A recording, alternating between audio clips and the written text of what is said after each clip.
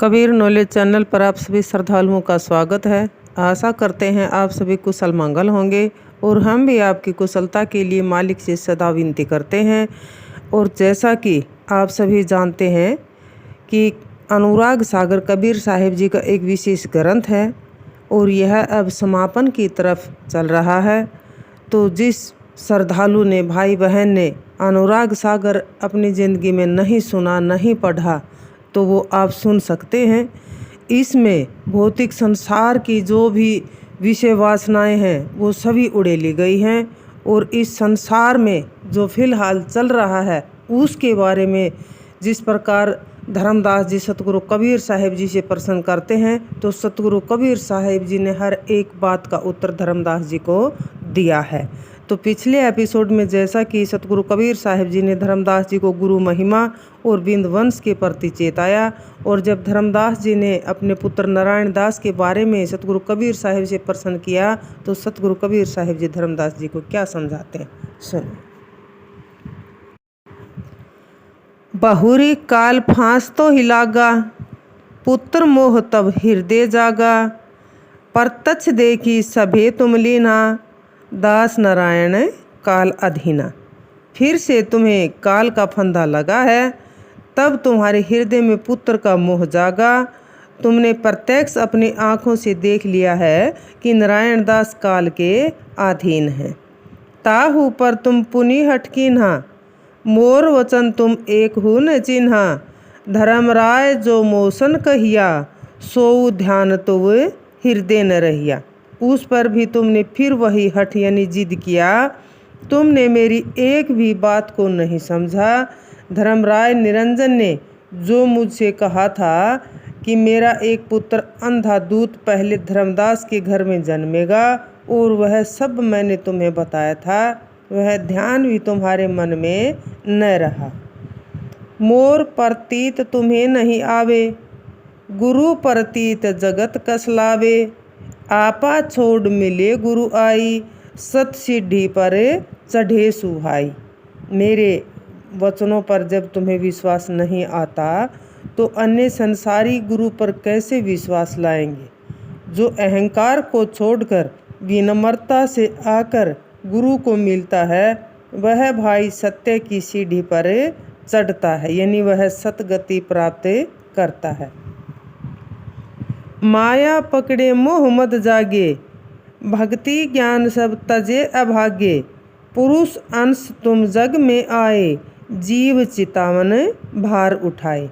जो त्रिगुणी माया यानी सत्य, रज एवं तम को पकड़ते हैं, उनमें मोह मत जागता है और वे अभाग्य यानी अज्ञानी भक्ति ज्ञान सब त्याग देते हैं। सत्य पुरुष के अंश तुम संसार में आए हो और जीवों को सावधान करने का भार उठाए हुए हो। तुम ही प्रतीत गुरु कर त्यागो, देखत दृष्टि मोह जग पागो। और जीव का कौन ठिकाना, यह तो काल सही दाना।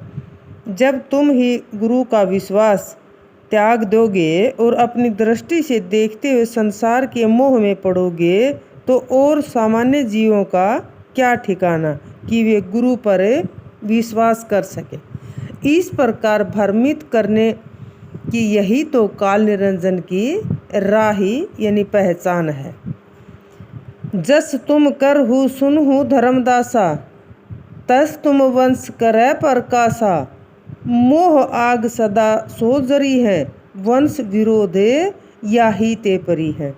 सतगुरु कबीर साहिब जी कहते हैं कि हे धर्मदास सुनो, जैसा तुम कर रहे हो वैसा ही तुम्हारा वंश प्रकाशित करेगा।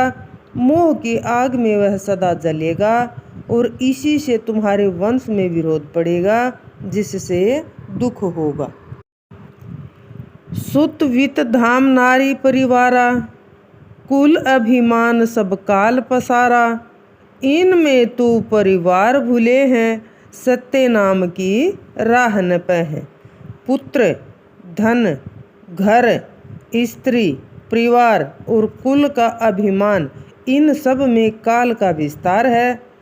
इनके माध्यम से जीव को बंधन में डालता है। इनसे तुम्हारा परिवार यानी वंश भूल में पड़ जाएगा और सत्य नाम की राह नहीं पाएगा। देखा देखी जीव फसाई, देखत दूत मगन हवजाई, तब ही दूत पर बल हवजे हैं, धरी जीवन कहें नरक पठे हैं।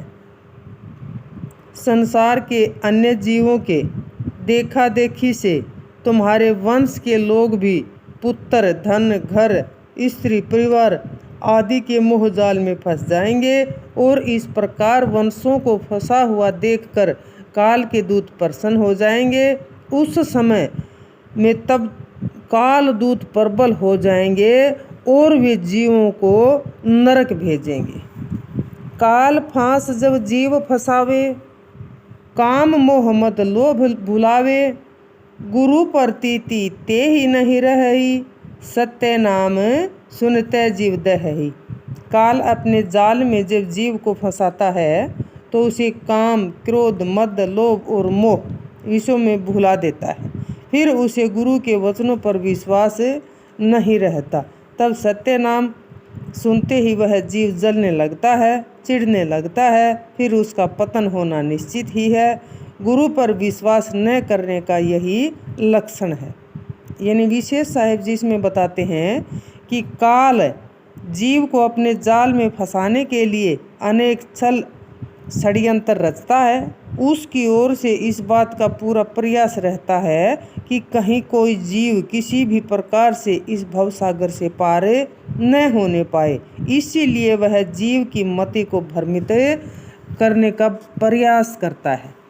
उसे गुरु भक्ति, विश्वास, कर्तव्य निष्ठा से गिराने का प्रयास रत रहता है। वह विषय विकारों का जाल फैलाकर जीव को उसी ओर आकर्षित करता है। इन सब से सावधान करते हुए सतगुरु कबीर साहिब जी कहते हैं कि काल के फैलाए हुए विषय जाल में फंसा हुआ जीव उसका शिकार हो जाता है। काल के अधीन हुआ जीव ज्ञान अज्ञान को भूल जाता है और भ्रमित होकर अकर्म करता है। काल के जाल में सामान्य जीव नहीं, बड़े बड़े ज्ञानी साधु संत भी नहीं बच पाते। काल कभी न कभी सभी को प्रभावित अवश्य करता है।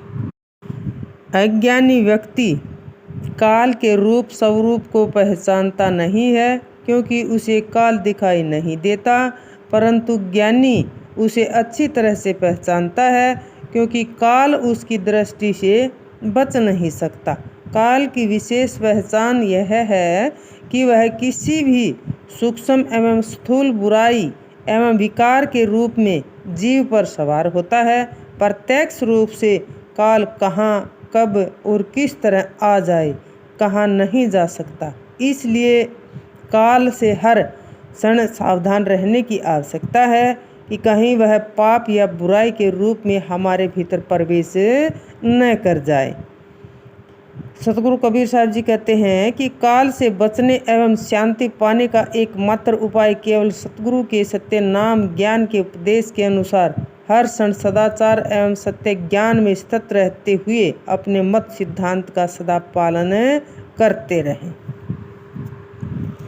जाके घट सतनाम समाना, ताक कहो सुनो सही दाना, काल बानती ही लागे नाही, काम क्रोध मद लोभ न ताही, मोह तृष्णा दूर आस निवारे, सतगुरु वचन सदा चित धारे। सतगुरु कबीर साहिब जी धर्मदास को समझाते हुए कहते हैं कि जिसके हृदय में सत्य नाम समा गया उसकी सही पहचान कहता हूँ, ध्यान देकर सुनो। उस भक्त को काल का बाण नहीं लगता और उसे काम, क्रोध, मद एवं लोभ नहीं सताते।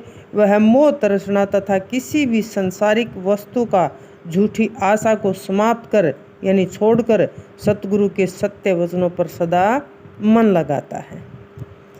जस भुवंगम मणि जुगावे, अस शीस गुरु आज्ञा गहे, सूत नारी सब विसराय विषयां, हंस होय सतपद लहे, गुरु वचन अटल अमान धर्मनी, लह विरला सूर हो, हंस होश सतपुर चले, ते ही जीवन मुक्ति न दूर हो। जैसे सांप मणि को धारण कर प्रकाशित करता है, ऐसे ही शिष्य सतगुरु की आज्ञा को अपने हृदय में धारण करें।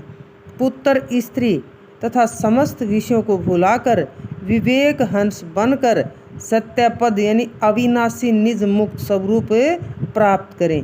हे धर्मदास, सतगुरु के वचन पर अटल एवं अभिमान रहित रहने की स्थिति को कोई विरला सूरवीर संत ही प्राप्त करता है। फिर वह हंस होकर सत्यलोक को जाता है। तब उसके लिए जीवन मुक्ति यानी जीवित रहने मुक्त स्थिति दूर नहीं है, क्योंकि उसकी मुक्ति निश्चित है। गुरु पद कीजे नेह, करम भरम जंजाल तजी, निज तन जाने खे है, गुरु मुख शब्द विश्वास दृढ़। हे धर्मदास, इस प्रकार जीवित रहते हुए मुक्त शक्ति प्रदान करना, यह सब सतगुरु की ही पुण्य प्रताप है। अतः सतगुरु के श्री चरणों से प्रेम करो और सब पाप कर्म, अज्ञान एवं सांसारिक विषय विकारों तथा मोह माया के जाल को त्याग दो। अपने नश्वर शरीर को धूल के समान समझो तथा सतगुरु के श्री मुख से निकले शब्दों पर विश्वास पक्का करो। धर्मदास वचन सतगुरु कबीर साहिब प्रति। सुनत वचन धर्मदास सकाने, मन ही माही बहुत पछताने, ढाई गिरे सतगुरु के पाई, हो अचेत प्रभु हो सहाय। सतगुरु कबीर साहिब के वचन सुनकर धर्मदास का शक पका गए और मन ही मन में बहुत पछताए। वे दौड़कर सतगुरु के श्री चरणों में गिर पड़े तथा दुखी स्वर में बोले कि हे स्वामी, मैं अचेत हो गया था, आप मेरे सहायक बनो।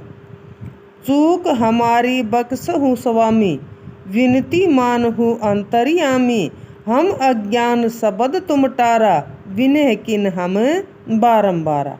हे स्वामी, मेरी भूल चूक को क्षमा करो, आप मेरी विनती मान लो। मैंने अज्ञानता के कारण आपके शब्द वचन को टाल दिया।